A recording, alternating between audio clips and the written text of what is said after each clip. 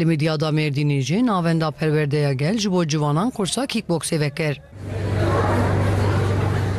Ciwan diçin kursî û hînê sporê dibin.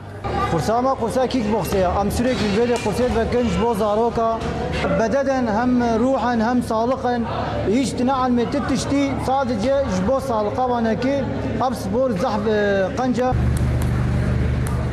Ciwan gelek memnûnin ku ji bo van kursên wisa têv vekirin. Emteyna spora kickboxê malmame Mustafa Hoca medalîmê sermeda disekînê emtên ji ber got havînê de em boş nemeynin em xwe xort bikin.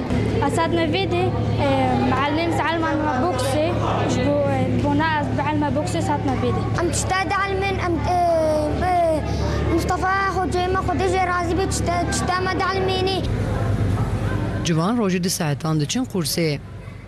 Vînê em tên xwe kursê qenc xwe havîna xwe değerlendirmiştikin. Em xwe elimênin xwe havîna me xweş dise. Em tên vir kickboxê em xwe değerlemênin. Wextê ku me xwe elimet em karê xwe qormuşî bikin. Armanc ev ku zarok û ciwan ji tiştên xirab dûr bibînin û wextê xwe bi sporê derbas bikin.